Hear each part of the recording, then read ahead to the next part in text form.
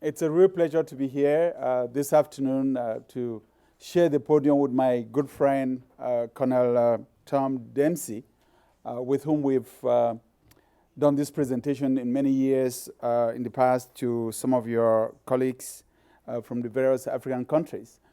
It's a true pleasure for me to be here this afternoon to get this opportunity to interact with all of you, because as I look at the room, I cannot help but convince myself that the future of the country, of the continent, is really in good hands.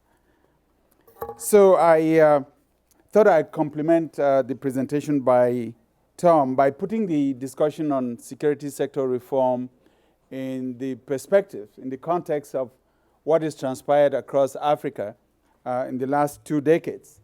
And I thought I would share with you some of the highlights. Oh, I thought my slide. Okay. Some of the highlights, the high points of political developments on the African continent in the last 2 decades, just to situate the context that is today lending itself to security sector reform. Of course, many of you are very familiar with the political developments, the end of the Cold War and the beginning of the third wave of democratization, the end of apartheid in South Africa, the independence of Namibia, which was very significant, the end of military rule and the democratic transition in Nigeria. You're also familiar with the fact that in 2000, the OAU, the Continental Organization, had the declaration in Algiers, which put an end to military coups, or said that the continental body would no longer recognize governments that came to power through military coups. You're also familiar with the fact that in the mid-2000s, countries such as the DRC and Liberia and Sierra Leone that had been embroiled in armed conflict had credible and successful competitive elections. You're familiar with the fact that there's a juxtaposition in the sense that alongside all of these political developments, these positive developments, we also had incidents such as Al-Shabaab, intensifying its attacks in Somalia and later on in the neighboring countries of Ethiopia, Djibouti, Kenya, and even Uganda. We're also familiar with the events of 2011, the Arab Spring, which brought an end to military rule or military regimes in Tunisia, Egypt, and Libya. There is also the fact that around 2012, we saw a recurrence of peaceful, credible elections in countries such as Senegal, Benin, Cape Verde, Ghana, Malawi, Mauritius, Zambia, and many other African countries that were successfully renewing political leadership in those countries through the electoral process. And then we had the rebellion in Mali, Mali, a country that had been considered a successful democratic country, that was attacked in the northern part of the country by extremists from Acme and Mojao, as well as Tuaregs that were part of the MNLA, which was a rebellion as opposed to an extremist group, but a rebellion nonetheless. And the cumulative effect of this instability that eventually led to a coup in Bamako, Mali. We also have the Boko Haram attacks in Nigeria. Of course, the Boko Haram phenomenon began in the early 2000s, but really intensified around 2012 with the attacks not just in northeastern Nigeria, but now, as we see even more regularly in the neighboring country of Cameroon, in the towns in the neighboring country of Cameroon. We're also today dealing with the chaos and violence in the Central African Republic with the Seleka movement that now was engaged in conflict with the anti-Balaka that have transformed what initially started as a series of grievances against governance or poor governance in the Central African Republic into a situation of war driven by religious affiliation.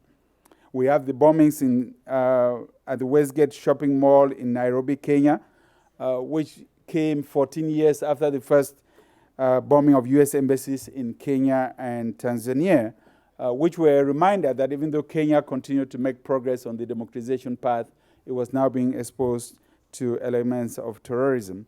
And today, sadly enough, we have the civil war in South Sudan. I mean, I could go on, but I just wanted to highlight some of the issues that are influencing political governance across Africa that are having a huge impact also in the way in which the security sector is being involved. To say that a combination of these events kind of shape the debate and the discussion about security sector reform and provide the context in which security sector reform is now become a matter of necessity.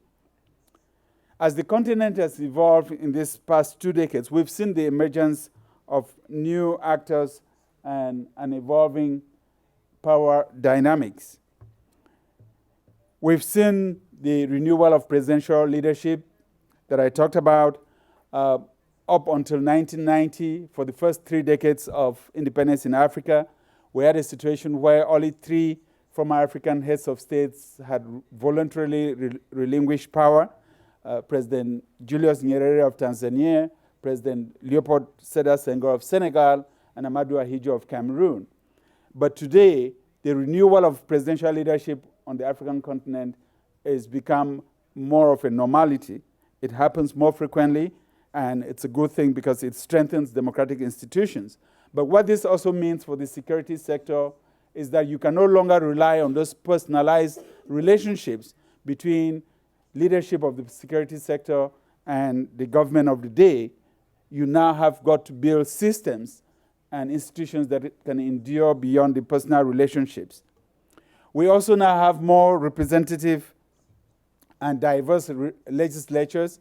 We now have parliaments that are no longer content with serving as a rubber stamp to dictates coming from State House and from the executive branch, but parliaments that represent a broad spectrum of society and very diverse viewpoints that's willing to exercise its constitutional powers to legislate, to exercise oversight, and to represent constituent interests.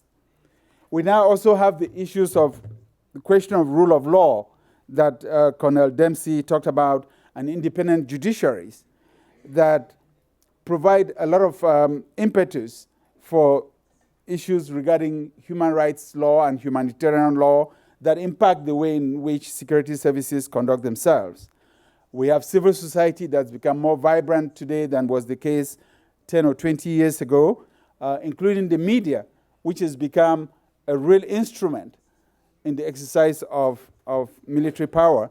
And we see, especially in today's world of new media, what impact media can have, and especially social media can have in issues of security sector and the performance of security services. We now also have new national and international standards, a more requirement by citizens that the scarce resources of the country should be managed with transparency and accountability on the part of the leadership. We have this emergence of what I presume you've discussed already in this seminar, which is the emergence of the human security paradigm, which requires a shift from regime security to look at taking a more holistic, comprehensive approach to the question of security, with human security being the defining paradigm. And the last point that I have there is what I call precious resources. And I don't want to use the term limited resources. I rather would talk about precious resources, because you need to be comforted in knowing that no country in today's world has all the resources that it needs to be able to afford all that it would wish to have in the arena of its security services. Every country, even the most wealthy countries of the world, would wish they had more. But in today's world, you also have to be very careful in the way in which you manage your resources.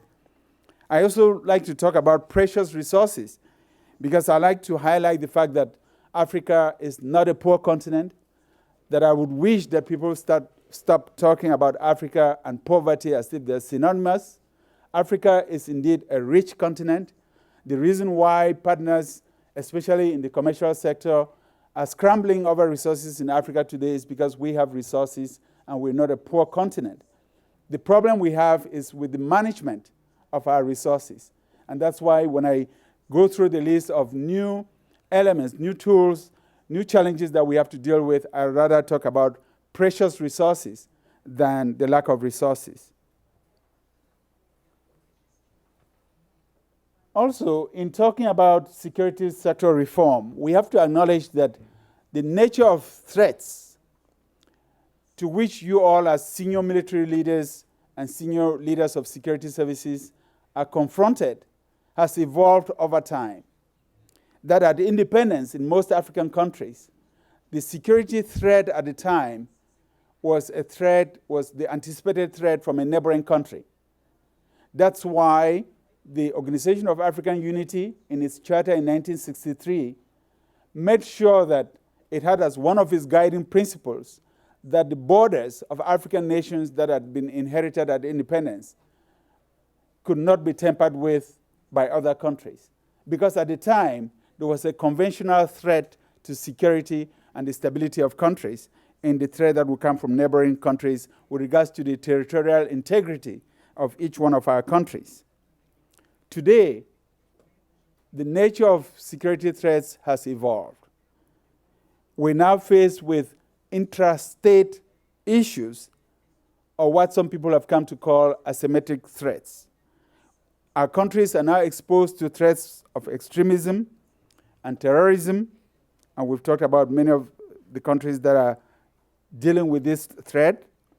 We're now facing a threat of civil war in some countries, unfortunately, the case of South Sudan. We're facing the threat of sheer chaos, almost anarchy, and violence, gratuitous violence. And we also face the threat of rebellions in some cases. A lot of these threats are being led or spearheaded by groups that are armed. And that provides a different context that security services, even then, are more comfortable dealing with. But what we also see in the current crisis that a few countries face in the Mano River Basin is a health pandemic, which is turning out to be a major security concern or a security threat. That's why I put Ebola out there, because it's topical, but it's also typical. We wouldn't hope, but it's also typical of what could become a security threat coming from a source that is non-military and not armed, but that poses a real threat to life and livelihood of citizens in our respective countries. So I think that presents the context, the backdrop, the background to the whole discussion about security sector reform in today's Africa. And for me, what that means is that it captures the debate or the discussion about security sector reform as two sides of the same coin, with one side posing a real question to the civilian leadership of the country, and the other side posing a question to the military leadership or the leadership of the security sector or the security services in the same country.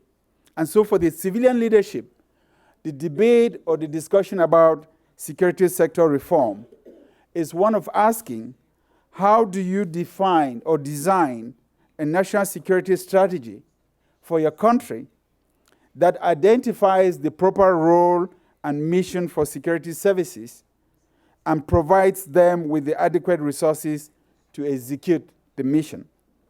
That's the question for our civilian leaders, our political leaders.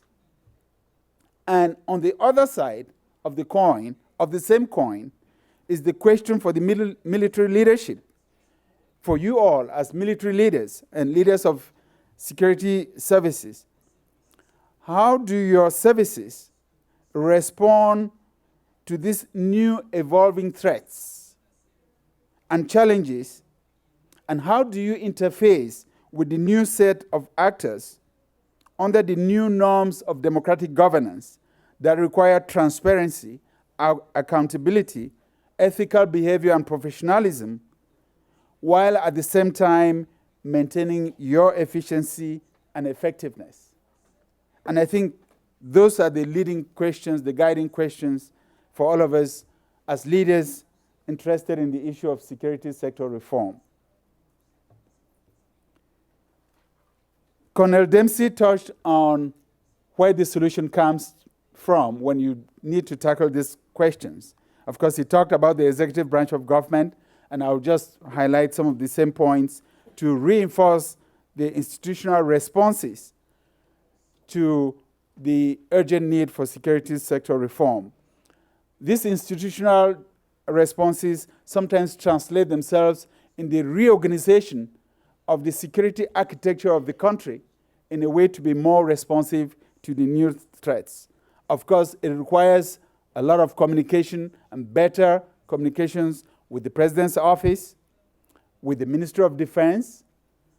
We know that in some countries, the President is at the same time the Minister of Defense, but in many more cases, the Ministry of Defense is a line ministry with its own specific roles and responsibilities. At the same time, it's very important to note that issues of defense and security do not necessarily have to be handled solely by the Ministry of Defense. You obviously have other line ministries that are involved. Ministry of Interior and the Ministry of Foreign Affairs are probably the most eminent. I would also put the Ministry of Finance up there because there's the guy who controls the purse, who controls the flow of the purse. I'll get to the guy who controls the real purse later on. But I also deliberately put on the Ministry of Health and Tourism as examples of ministries that deal with the social sector. That traditionally, when you think about security and defense, it doesn't come as a matter of obviousness to everyone that you can also bring into the fore of the discussion on issues of security services that pertain or have responsibility over the social sector. Of course, if you're dealing with an Ebola crisis, as I listed as one of the current threats to security that we face in parts of the continent, you obviously need to pull in the Ministry of Health. If you're dealing with the free travel of citizens around parts of the country where they could be exposed to extremist groups, as we've seen with the hijackings of, with the kidnappings, of religious leaders in northern Cameroon, then you also have to have the Ministry of Tourism at the table so that there could be some harmonization of the executive branch's response to these new threats. It's been very fortunate to see that in a number of countries, governments have created the Office of the National Security Council or the Office of the National Security Advisor to help coordinate information flow within the executive branch and also facilitate the interagency process. Because obviously, you want to avoid a situation where government ministries or line ministries, the customs, the Coast Guard, or various health services are working in silo without coordinating their activities, because obviously they become less efficient in the process.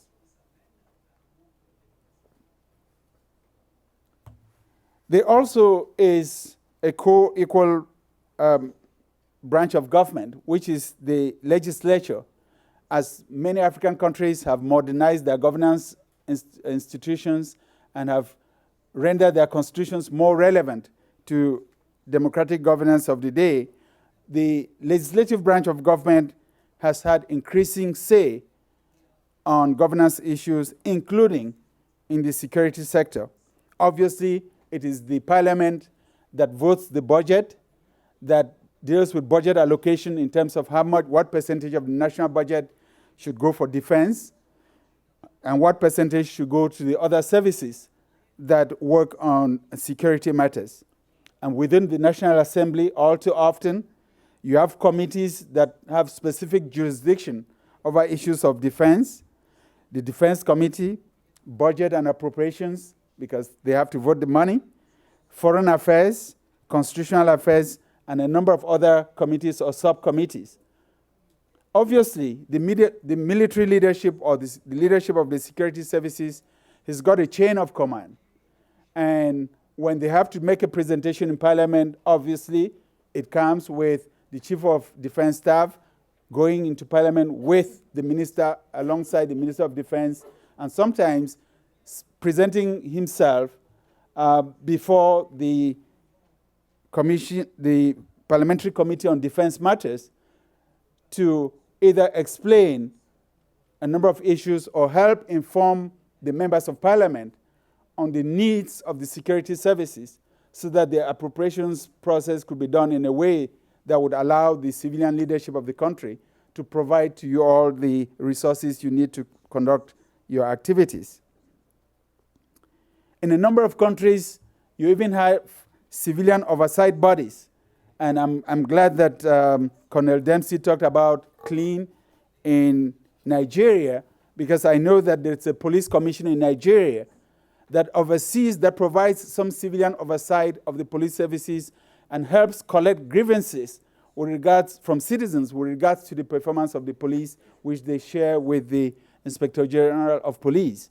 And what you find within this oversight commission is representation by a lot of civilian entities, including civil society organizations. That brings up the question of the significance of civil society. Of course, you can't talk about security today without taking a hard look at the constructive role that civil society could play. Of course, the first element of component of civil society that comes to mind is the media, because we know that in today's world, communication is an instrument of power, and we see it both from a positive perspective in the facilities that we now get to be able to communicate in real time with new media, but we also see it from a negative perspective in terms of how some of the threats to security coming from extremist groups or rebel movements exploit today's media for their own propaganda and to undermine the effectiveness of the security services that you represent. We also have to think about disaster relief and humanitarian actions when most of you move your troops to work on peacekeeping in conflict zones, that you also have to encounter civilian populations that have been internally displaced or that are refugees having crossed the border to seek peace in a neighboring country. And most of the time, you have civil society organizations that have developed expertise in dealing with these populations. And it's much easier to collaborate effectively with these organizations than to want to refocus the attention of your troops and your personnel to deal with refugees and displaced populations as opposed to guaranteeing their security. You also have civilians and non-governmental expertise because fortunately, as the continent has evolved, increasingly you're having academic institutions that are paying a lot of attention, organizing, conducting a lot of studies and research on their own with regards to the security sector. And this is a resource that's at your disposal, a resource that I hope that the security services on the continent can continue to tap into. In fact, when Joe mentioned that I work for the National Democratic Institute, one of the projects that we're working on right now and on which I'm very proud is contributing to a discussion on security sector reform across the Sahel in the 3 countries of Mali, Burkina Faso, and Niger, where NDI has been invited in to help strengthen the capacity of civilian institutions to interface with the military and with the security sector. And so we plan in the next 18 months to work with members of parliaments of those 3 countries, as well as civil society organizations, to strengthen their capacity to play a more constructive role in contributing to security sector reform in these 3 countries.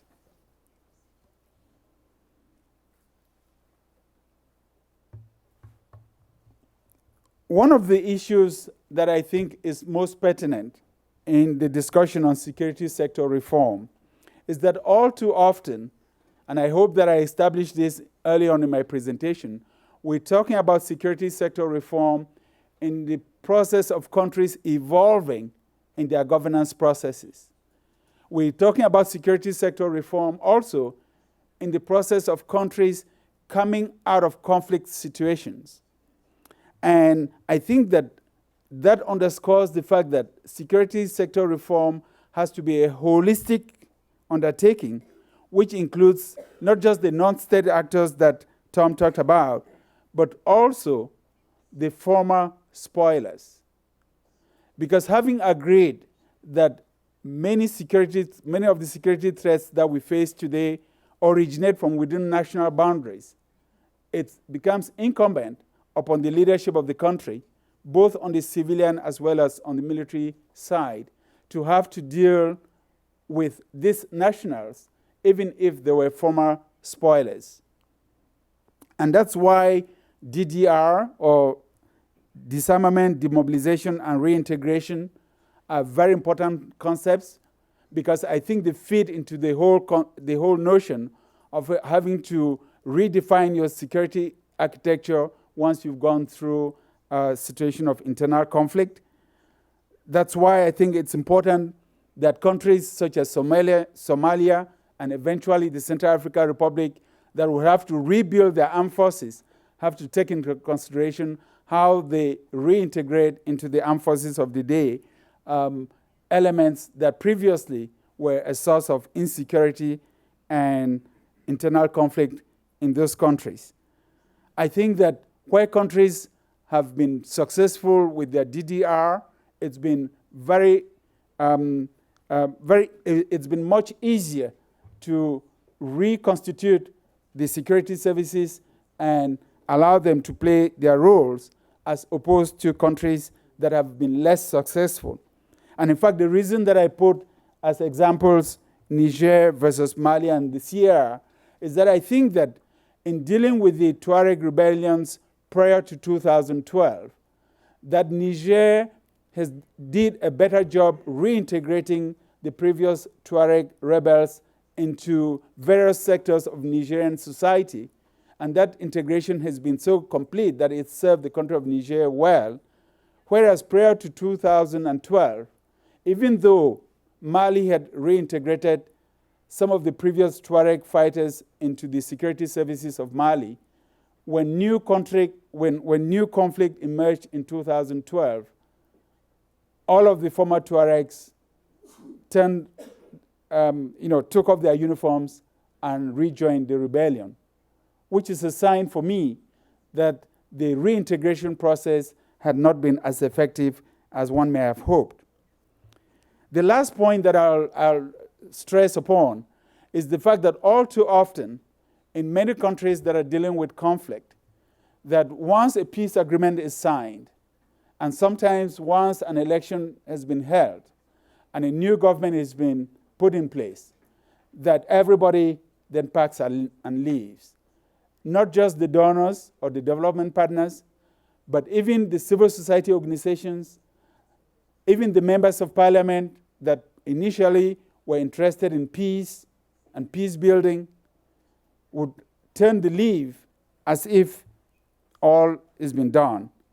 But I think it's very important to highlight that as you think about security sector reform, especially in countries coming out of conflict, you must give a lot of weight to the process of normalizing the war or conflict economies.